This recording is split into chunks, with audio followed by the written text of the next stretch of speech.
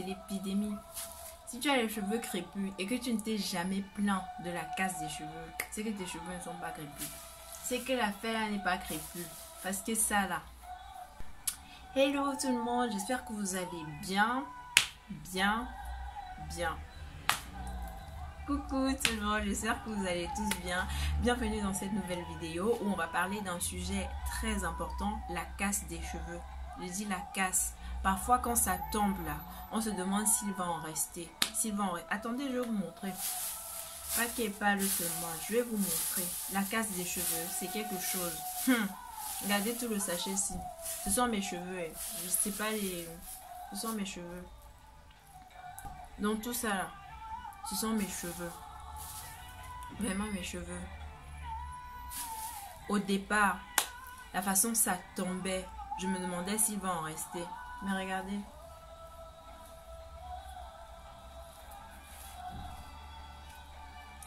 Donc, si ça t'intéresse de savoir comment tu vas limiter la perte des cheveux, de savoir comment tu vas limiter, de voir tes mains comme ça, remplis des cheveux à chaque fois que tu veux manipuler, à chaque fois que tu fais ton shampoing, à chaque fois que tu veux démêler tes cheveux, si ça t'intéresse de savoir comment moi je fais pour limiter tout ça là, abonne-toi ma co, abonne-toi mon gars, abonne-toi seulement parce que la vidéo si là, je veux tout vous raconter. Donc si vous êtes comme moi, sûrement à un moment de votre parcours capillaire, vous vous êtes posé la question, est-ce que les cheveux crépus poussent véritablement? Donc c'est une question que plusieurs personnes se posent. Et la vérité c'est que effectivement oui, les cheveux crépus poussent. C'est vrai que c'est le type de cheveux qui pousse le moins comparé à tout ce qui est cheveux asiatiques, cheveux lisses et tout ça, mais ça pousse. Ce qui fait qu'on n'arrive pas vraiment à apprécier cette évolution capillaire, c'est à cause des casses importantes.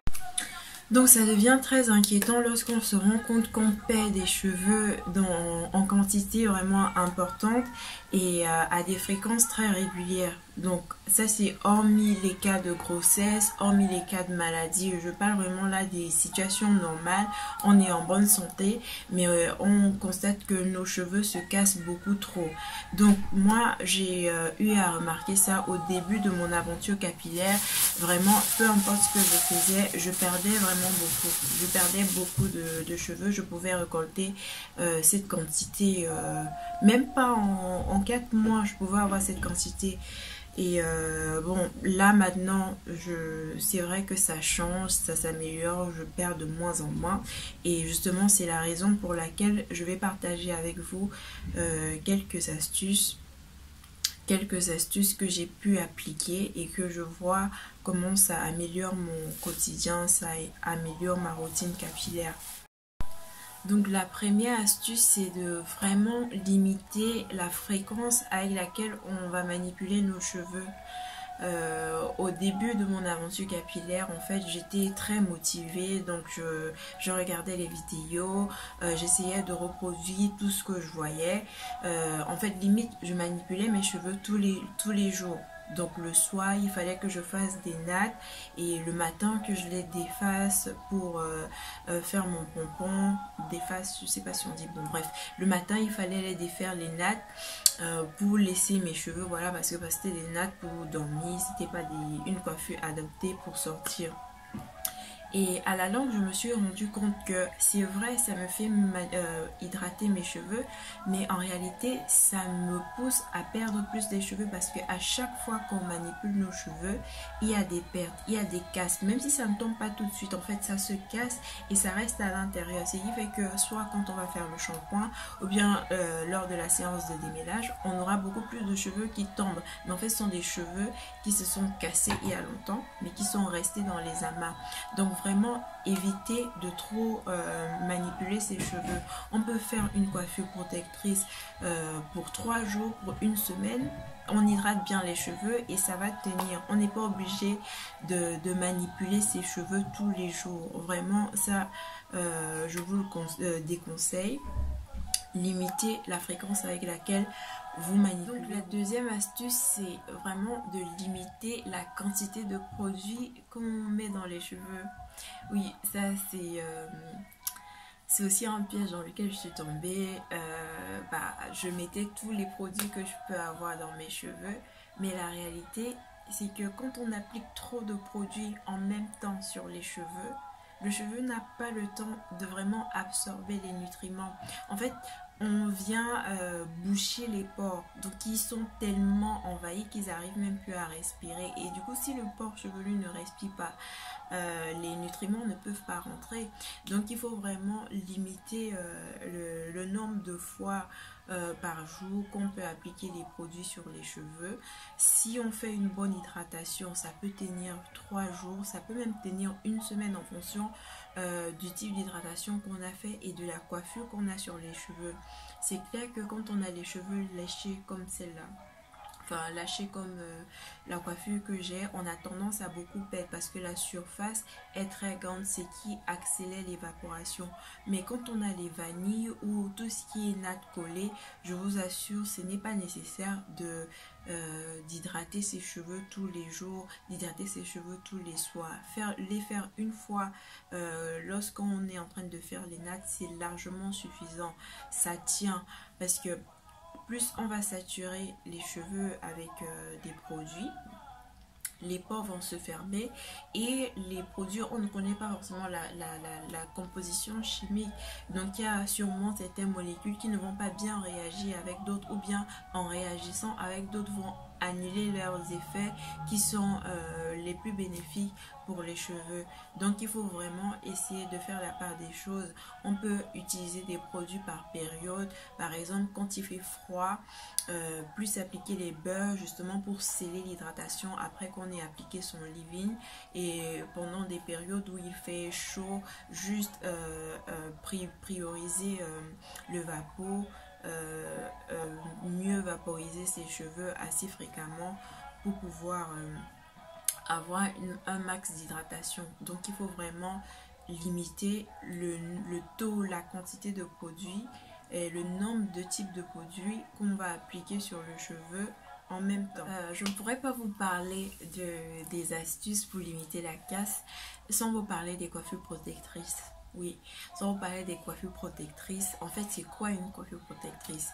Une coiffure protectrice, c'est celle-là qui va venir vous déjà limiter la manipulation des cheveux au quotidien, mais elle va également venir les garder en bonne santé, sceller l'hydratation que vous avez mis, entretenir vous, justement limiter en fait, que vous ne soyez en train de manipuler vos cheveux tous les jours tout en étant présentable. Donc on a tendance à croire, bon je ne sais pas pour vous, hein, mais moi avant je pensais que plus longtemps tu gardes une coiffure protectrice et plus le résultat sera spectaculaire quand tu vas la défaire. Mais en fait c'est faux. Ça dépend vraiment, il faut bien choisir, savoir quelle coiffure protectrice faire et à quel moment et surtout combien de temps est-ce qu'on va garder la coiffure protectrice. Je vais prendre un exemple. On aime bien faire les rastas, les braids avec rajout et tout ça. Mais le problème et ce qu'on ignore, c'est que quand on va prendre par exemple une brinde de cheveux comme celle-là et puis on va mettre des rajouts pour par exemple faire des braids ou quoi que ce soit, on est en train de limiter le champ d'expression de la fibre capillaire. C'est un peu comme si on vous attachait avec du fil et on vous demandait de vous étirer. En fait, c'est limité, vous n'arrivez pas vraiment à vous exprimer. C'est pareil pour les cheveux quand on fait les braids, quand on fait les rastas et tout ça là. En fait, on limite la possibilité du cheveu de pouvoir sortir, de pouvoir s'exprimer, de pouvoir grandir. Et du coup, plus on va laisser, on s'attend à ce que quand on enlève la coiffure, on a une pousse. Mais en réalité, le temps que vous avez gardé les braids dans vos cheveux, dans cette coiffure protectrice, vous avez limité pendant ce temps-là la croissance de vos cheveux. Vous l'avez divisé même par 2. Parce que s'il devait grandir, s'il devait s'étirer comme ça, vu qu'il n'a pas tout l'espace, il s'est peut-être étiré comme ça. Et la situation devient encore très pire quand les traits sont serrés. Parce que là, non seulement il ne peut pas s'exprimer, mais il y a aussi la casse. Donc c'est très important.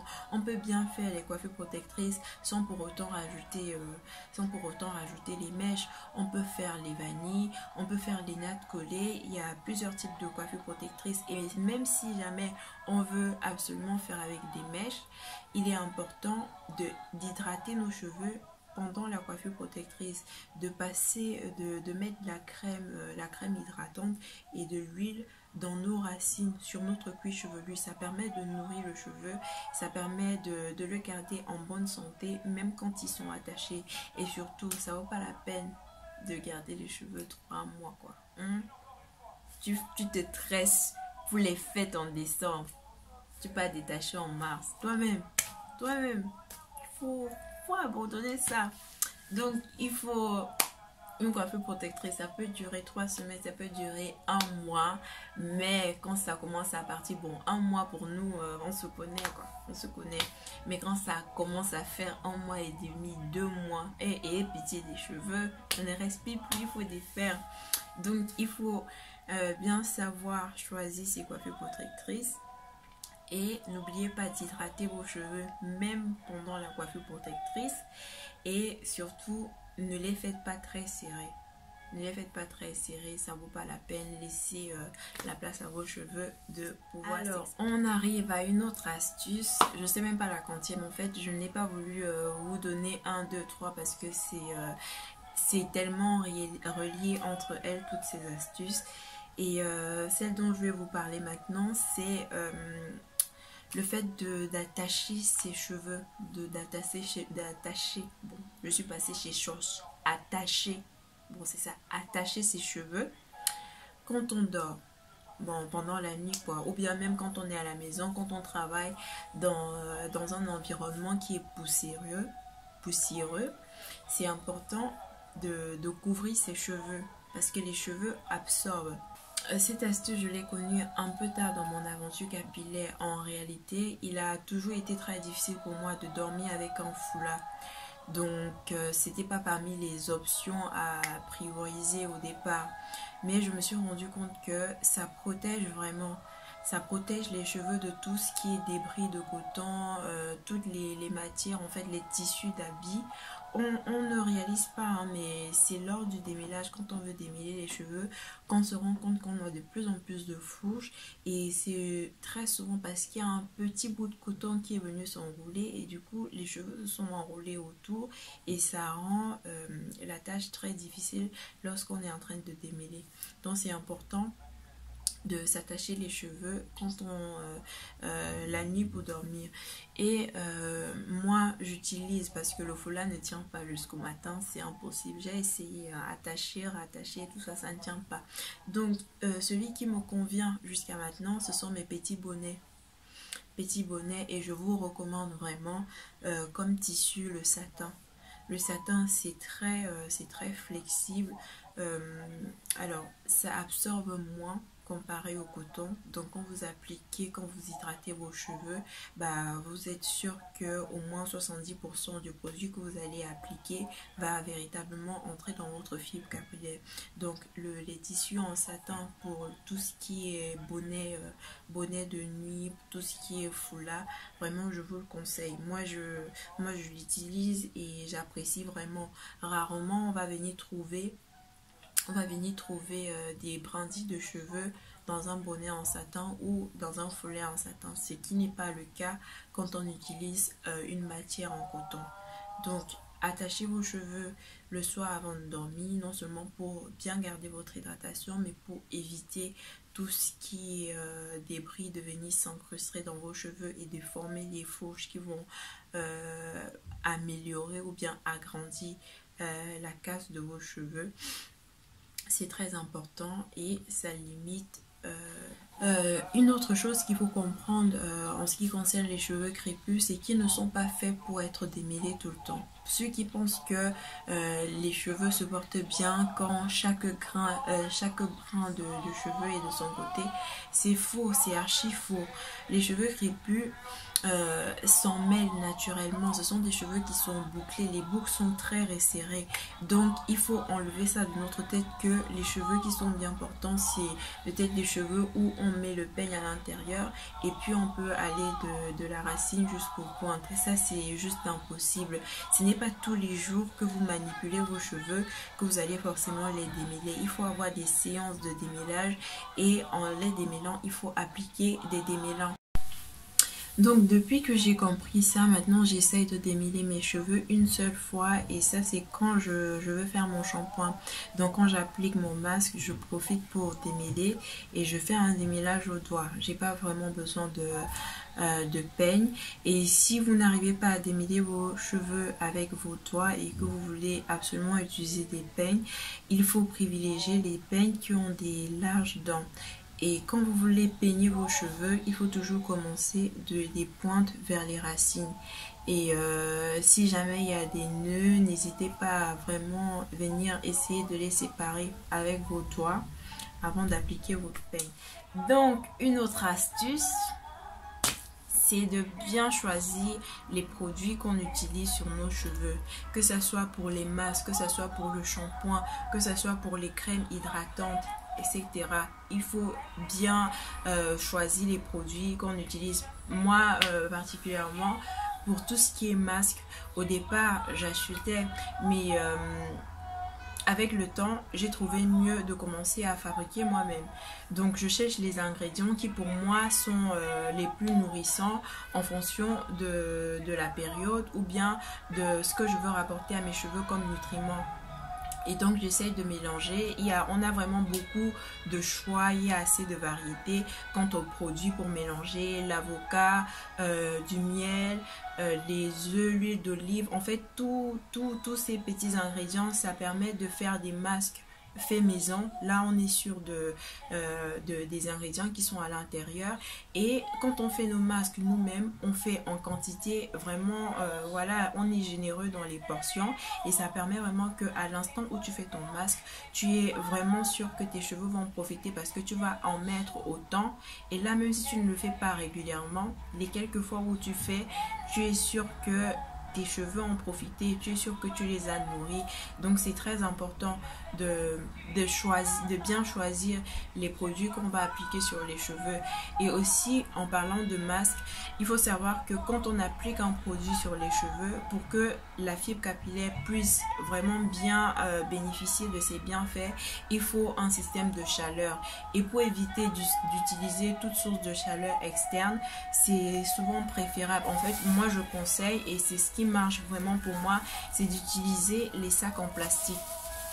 Donc par exemple, quand je mets mon masque, je vais emballer mes cheveux dans un sac en plastique et je laisse poser même 1 heure de temps, 2 heures, et après quand j'enlève, vraiment je vois que les cheveux ont vraiment absorbé parce qu'il y a ce phénomène de transpiration, donc il y a l'eau qui sort et ça montre que les pores se sont ouverts et que les cheveux ont vraiment absorbé le produit. Donc c'est très important de bien choisir ces produits et à chaque fois on met un masque, de pouvoir générer de la chaleur idéalement naturellement pour permettre aux produits de bien pénétrer la fibre capillaire. Donc nous voilà à la fin de cette petite vidéo. J'espère que ces astuces vont vous aider, comme ça m'aide aussi. Franchement, comme je vous dis, la casse des cheveux est vraiment limitée depuis que j'applique ces petites astuces. Donc quand je regarde mes cheveux, c'est vrai, c'est presque impossible de ne pas en perdre. C'est tout à fait normal de perdre les cheveux. On perd les cheveux mortes qui tombent, parce qu'elles tombent justement pour laisser la place aux nouveaux brins de cheveux de pouvoir sortir et de s'exprimer. Mais lorsqu'on perd en quantité vraiment énorme, comme c'était mon cas au tout début, parce que voilà, je ne comprenais pas encore vraiment ce qui se passait, là ça devient inquiétant. Et c'est pour ça qu'il faut apprendre à comprendre ses cheveux pour pouvoir justement savoir quand la perte elle est exagérer, quand c'est tout à fait normal, et de pouvoir mettre des moyens en action pour justement limiter cette casse. En tout cas, moi, depuis que j'ai commencé cette aventure capillaire, je découvre des nouvelles choses au fur et à mesure, et comme ces petites astuces que vous avez partagées, je trouve vraiment que ça améliore mon quotidien capillaire, ça améliore vraiment ma façon d'entretenir mes cheveux, et je vous avoue, je vois vraiment les résultats. Donc je vois les résultats et je suis contente et ça m'encourage à aller de l'avant. Donc, si ces petites astuces vous ont plu, si vous avez aimé la vidéo, n'oubliez pas de mettre un like, de me dire aussi en commentaire ce que vous faites, les astuces qui vont bien avec vos cheveux, et surtout de vous abonner si ce n'est pas encore le cas et de partager. Donc on se retrouve la prochaine fois pour une nouvelle vidéo parce que j'ai hâte de tout vous raconter. Donc abonne-toi si ce n'est pas encore fait dès maintenant pour ne pas oublier, pour ne pas être mis à part quand il y aura des updates. Bon, à plus tard.